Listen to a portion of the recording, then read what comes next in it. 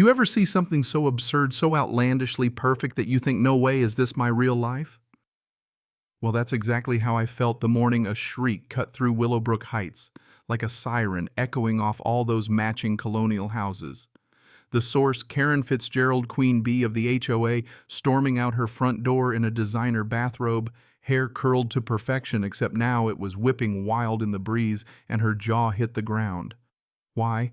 Because smack in the middle of her pristine, newly landscaped circular driveway sat an enormous prefab shed so big it blocked her garage, her mailbox, even half her front door just plopped there like a beached whale no one wanted. And if you listened close, you could just catch the fading chop of a helicopter drifting out over the tree line. That was me rolling by in my pickup, giving Karen a nice friendly wave through the open window. The look she gave me was worth every dime I'd spent getting that shed airlifted. But before you start thinking I'm some sort of evil genius, let me back up a sec and explain how a quiet guy like me ended up orchestrating what folks are now calling the Great Helicopter Shed Drop. I'm Marcus Chen, software engineer, lifelong introvert guy who just wants some peace and quiet.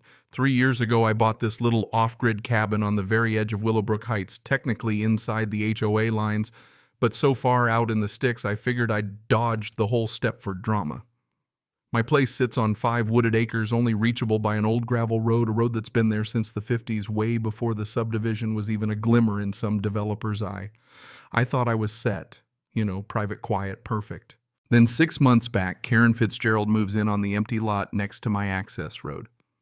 If you ever meet someone who's basically born to run an HOA, that's Karen. She took over as president her first week, strutting around like she just inherited the place from royalty. And man, she got to work making my life a living hell almost immediately. First, she complained about my truck, said it was too loud going past her lot. Then she griped that gravel was ruining her grass. Never mind, she hadn't even planted any, and blamed every deer that crossed her yard on me. I did my best to play nice, offered to split the cost of a fence, but she turned me down flat. Said she had other plans. Yeah, no kidding. Those plans showed up clear as day one Friday night when I got home from a week on the road.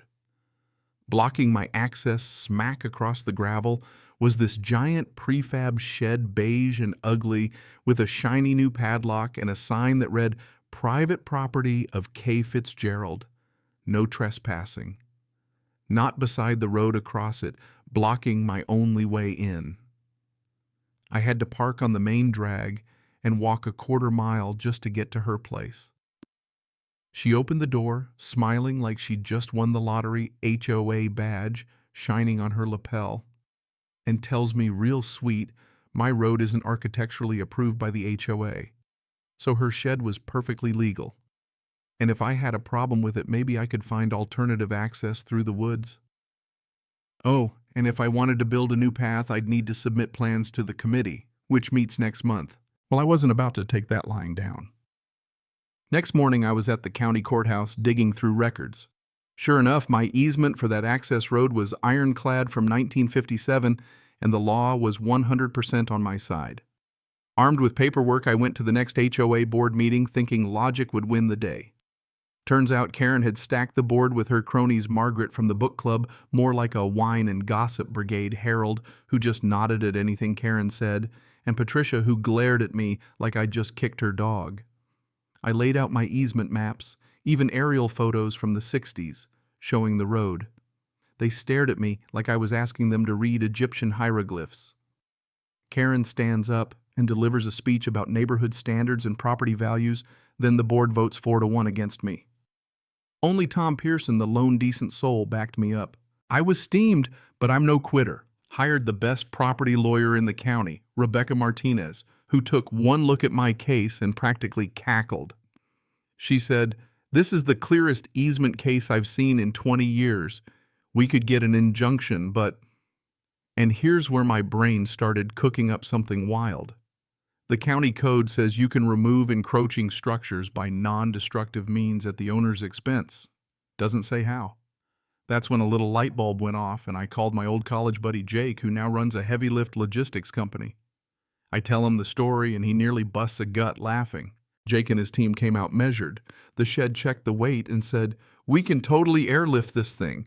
He quoted me a price that made my wallet cry, but said he'd give me the friends and family discount just for the entertainment value. We planned it all down to the minute, filed permits, got flight plans.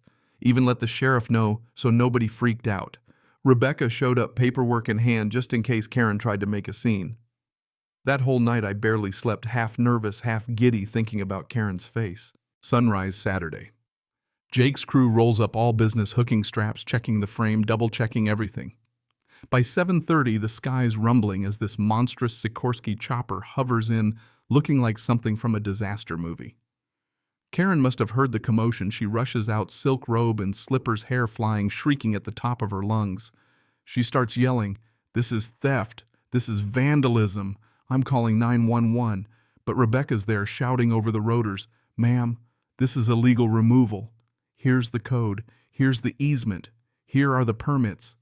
Karen grabs the paperwork, hands shaking so bad I thought she'd drop it. Meanwhile, the chopper lifts the shed like it's nothing 50, 100 feet up, and the whole neighborhood comes out filming in their pajamas. The pilot banks, slow eases that shed over Karen's own driveway and sets it down, blocking her garage, her mailbox, even her precious decorative fountain. The doors face her living room like a big beige insult. Helicopter roars off, leaving the weirdest silence you've ever heard. Karen's standing there, shrieking, spinning in circles, demanding I move it back. I just told her, "Hey, it's your shed, your problem now. Maybe try calling your own helicopter."